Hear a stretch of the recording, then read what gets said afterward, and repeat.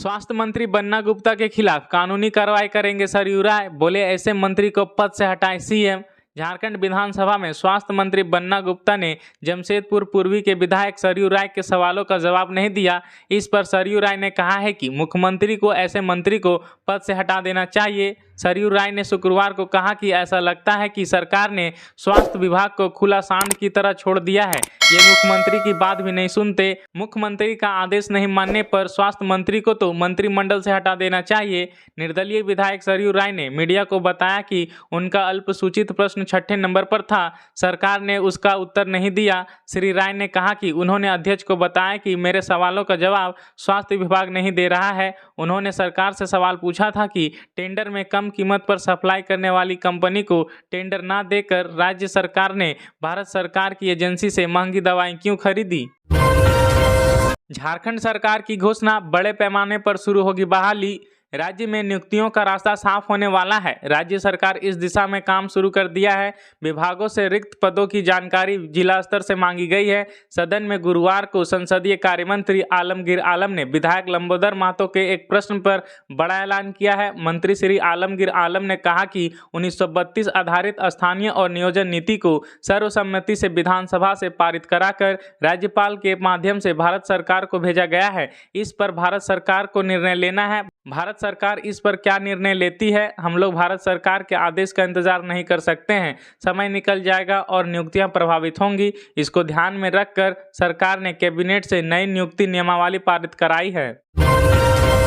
झारखंड के सरकारी विभागों में 2 लाख से अधिक पद है खाली। राज्य के विभिन्न विभागों में स्वीकृत नियमित पदों के मुकाबले 2.87 लाख पद रिक्त हैं। यह कुल स्वीकृत नियमित पदों का 62% है। सरकार के विभिन्न विभागों में कुल 4.66 लाख नियमित पद स्वीकृत हैं। इन स्वीकृत पदों के मुकाबले कुल 1.79 लाख कर्मचारी ही कार्यरत हैं। राज्य सरकार के प्राथमिकता वाले क्षेत्रों में रिक्तियों का प्रतिशत औसत से नियमित पदों पर कार्यरत 38% कर्मचारियों पर सरकार को वेतन भत्ता मद में सालाना 17,736 करोड़ रुपए खर्च करने पड़ते हैं। कोल्हान विश्वविद्यालय के 38 टॉपरों को मिलेगा गोल्ड मेडल। 2019 से 21 के टॉपरों की सूची विवि प्रशासन ने जारी की। कोल्हान विश्वविद्यालय का 6ठा दीक्षांत समारोह अप्रैल में होना है। इसे लेकर विवि प्रशासन तैयारियों में जुटा हुआ है। समारोह में सम्मानित होने वाले कॉलेजों के टॉपरों सत्र 2019 से 21 की सूची तैयार कर ली गई। दीक्षांत समारोह में सत्र 2019 से 21 के टॉपरों को सम्मानित किया जाएगा। गुरुवार को 38 गोल्ड मेडलिस्ट की सूची जारी की गई। ज्ञात हो कि विवि ने एक दिन पहले दीक्षांत समारोह के लिए 11 कमेटियों का गठन किया था। दीक्षांत समारोह का इंतजार विद्यार्थियों को भी कई दिनों से था। खबरों में आगे बढ़ने से पहले यदि आप हमारे न्यूज चैनल को सब्सक्राइब नहीं किए हैं तो प्लीज सब्सक्राइब करके बेल आइकन को प्रेस कर दें ताकि रेगुलर अपडेट आप तक पहुंचती रहे। तो चलिए बढ़ते हैं आगे खबरों की ओर। राहुल गांधी को संसद से निकालने का वक्त आ गया है, लोकसभा में बोले गोड्डा के सांसद निशिकांत दुबे। भारतीय जनता पार्टी के सांसद डॉक्टर निशिकांत दुबे ने कांग्रेस के पूर्व राष्ट्रीय अध्यक्ष राहुल गांधी पर बड़ा हमला बोला है। सांसद डॉक्टर दुबे ने राहुल गांधी को संसद से बाहर निकालने की अपील की है। उन्होंने कहा कि राहुल गांधी लगातार लोकतंत्र और लोकतांत्रिक संस्थाओं का अपमान करते हैं, इसलिए उनके खिलाफ विशेष समिति बनाई जानी चाहिए। इस पर राहुल गांधी ने कहा कि वह भाजपा के आरोपों का जवाब देना चाहते हैं।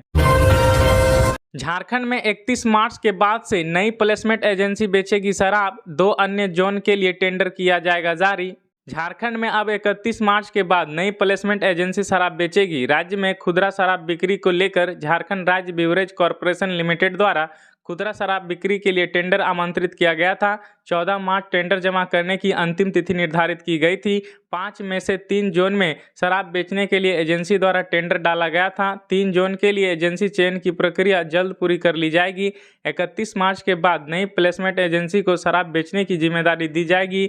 2 अन्य जोन के लिए फिर से टेंडर जारी किया जाएगा। उल्लेखनीय है कि वर्तमान में 4 प्लेसमेंट एजेंसी खुदरा शराब बेच रही है। टेंडर की शर्त के अनुरूप सरकार की राशि बकाया होने से एजेंसी टेंडर प्रक्रिया में शामिल नहीं हो सकती है। दिल्ली के डिप्टी सीएम मनीष सिसोदिया की तरह झारखंड के बड़े बड़े मंत्री जाएंगे जेल, बिरंची नारायण बोले। झारखंड विधानसभा के सदस्य बिरंची नारायण ने कहा है कि झारखंड में दिल्ली से भी बड़ा शराब घोटाला हुआ है। उन्होंने सदन के बाहर पत्रकारों को संबोधित करते हुए झारखंड सरकार की शराब नीति पर सवाल उठाए। उन्होंने कहा कि इसमें बड़े पैमाने पर गड़बड़ी हुई, अगर इसकी निष्पक्ष जांच कराई जाए तो यह दिल्ली में हुए शराब घोटाले से भी बड़ा घोटाला साबित होगा। भारतीय जनता पार्टी के नेता बिरंची नारायण ने शुक्रवार को कहा कि झारखंड सरकार स्थानीय लोगों और आदिवासियों के हित की बात करती है। जल, जंगल और स्थानीयता की बात इस सरकार के लोग करते हैं, लेकिन शराब बेचने की जिम्मेदारी झारखंड की किसी एजेंसी को देने के बजाय छत्तीसगढ़ की कंपनी को दे दिया गया। रांची के नामकुम में जमीन विवाद में गोलीबारी, 2 लोग गंभीर रूप से घायल। रांची के नामकुम थाना क्षेत्र अंतर्गत केतारी बागान महादेव मंदिर के समीप स्थित जमीन के विवाद में दर्जन राउंड गोली चली, जिसमें आशीष सिंह कांके निवासी और राहुल कृष्णापुरी निवासी घायल हो गए। 2 गोली आशीष के पैर और 1 गोली राहुल के पैर में लगी है। दोनों का इलाज गुरु नानक अस्पताल में चल रहा है। सूचना मिलते ही एएसपी मुख्यालय प्रथम मुमुल राजपुरोहित, नामकुम थाना क्षेत्र के थाना प्रभारी इंस्पेक्टर सुनील कुमार तिवारी, टाटी सिलवे थाना प्रभारी इंस्पेक्टर महेंद्र करमाली, चुटिया थाना प्रभारी वेंकटेश प्रसाद, लोअर थाना प्रभारी संजय कुमार मौके पर पहुंचे और छानबीन की। पुलिस ने 1 युवक 4 महिला को हिरासत में लिया है। वहीं संदेह के आधार पर 2 बाइक जब्त किया है। गुमला में दिल दहलाने वाला मामला, धान कूटने के दौरान मशीन में फंसा महिला का सिर हुआ धड़ से अलग।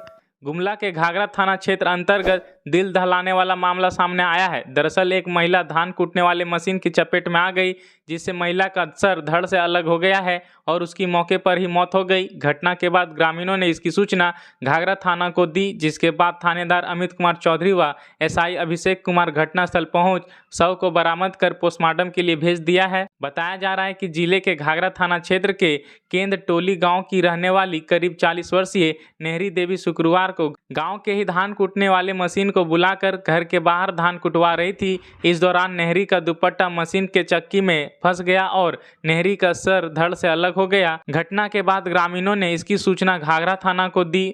धान कूटने वाले ने बताया कि धान कूटना प्रारंभ ही हुआ था कि महिला मशीन की चपेट में आ गई, जिससे उसकी मौत हो गई। घटना के बाद परिजन व गांव में मातम का माहौल है।